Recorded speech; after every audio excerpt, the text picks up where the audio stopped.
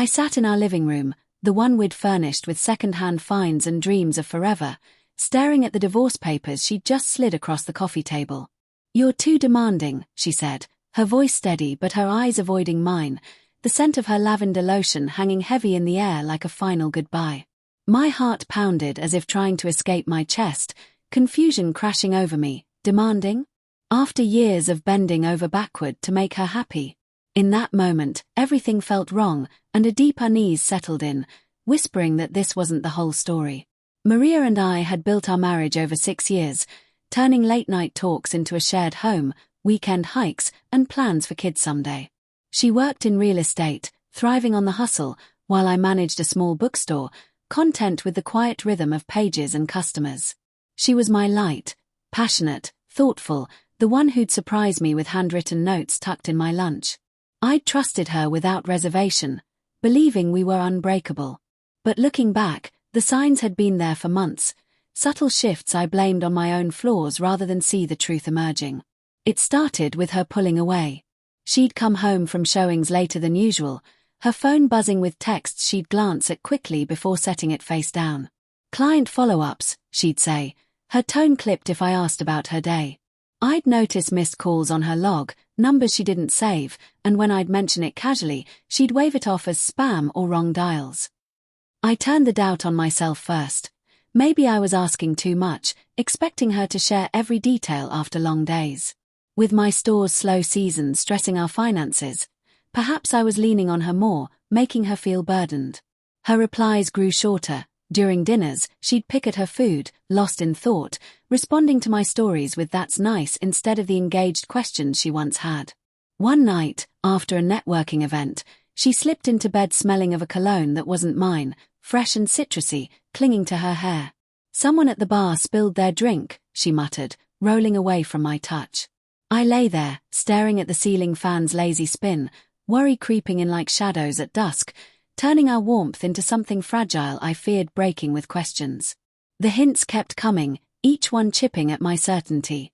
Business trips popped up more often, overnight stays for property conferences that she'd described vaguely over hurried calls.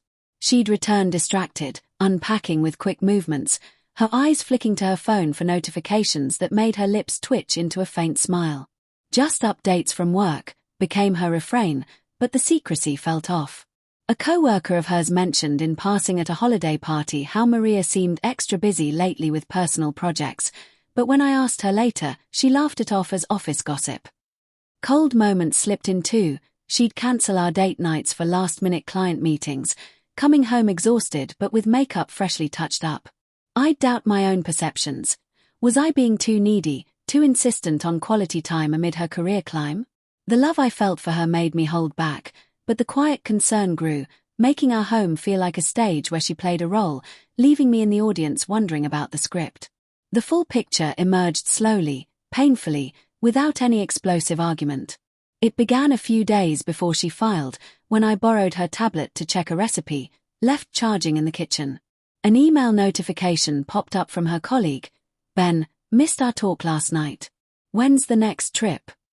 My fingers hovered, then scrolled through the thread, months of messages, starting professional but turning personal. Complaints about me being too demanding with emotional needs, her feeling suffocated by our routine. Ben's replies, empathy, flattery, shared dreams of freedom. No proof of physical cheating, but the emotional intimacy was clear, late-night vents, inside jokes, plans for getaways disguised as work. Heart racing, I closed it, but the damage was done. Then came a warning from my sister, who'd seen Maria at a cafe with Ben, heads close over coffee on a day she said she was at the office. "They looked cozy," she said gently over the phone. I didn't confront right away. Instead, the trust eroded in quiet waves, culminating when she handed me those papers, her too demanding accusation ringing hollow against what I'd uncovered. The devastation hollowed me out in the week that followed. Alone in our house, now echoing with her absence after she moved to her sister's, I paced the floors, memories assaulting me like ghosts. Our first anniversary picnic, her head on my lap as we watched clouds. Did she fake that contentment? Lazy mornings brewing coffee together, planning our future. Now those felt like illusions, poisoned by her secret confidences with Ben. Every detail stung. Photos on the walls of us smiling, now mocking my blindness. Confusion consumed me. I still loved her, the sound of her laugh echoing in empty rooms, the way she'd comfort me after tough days at the store. How could that linger amid this hurt? Anger burned at her for twisting our issues into excuses, for seeking solace elsewhere, but grief hit deeper, a profound emptiness questioning if any of it was real. Flashbacks came in silences. The arguments where I'd push for more communication, her calling me demanding, now I saw it as deflection. I'd sit on the porch at dawn, coffee cooling untouched, reflecting on how my own insecurities about our finances might have pressured her, creating rifts we both ignored. My best friend noticed my isolation during a visit, drawing out the story over beers. "That's rough," he said simply, his presence a reminder I wasn't alone in the wreckage. She showed up a week later, knocking softly on the door in the rain, her eyes red and swollen, mascara streaked like regret. "I was wrong," she sobbed as I let her in, collapsing onto the couch we'd picked together. The confession poured out. The affair with Ben started emotionally during a conference, his attention filling voids she felt in our marriage, my demands for closeness clashing with her need for space after work stresses. It escalated to kisses on one trip, guilt crashing down when she realized it wasn't love, just escape from our growing disconnects. "I filed to run from the mess I made," she admitted, hands trembling. No villainy, just humanity. Loneliness amplified by her job's demands, my well-intentioned but overwhelming emotional needs pushing her away. We'd both contributed.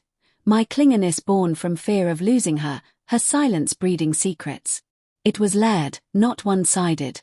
Forgiveness beckoned as she begged for another chance, promising to end it with Ben and seek therapy.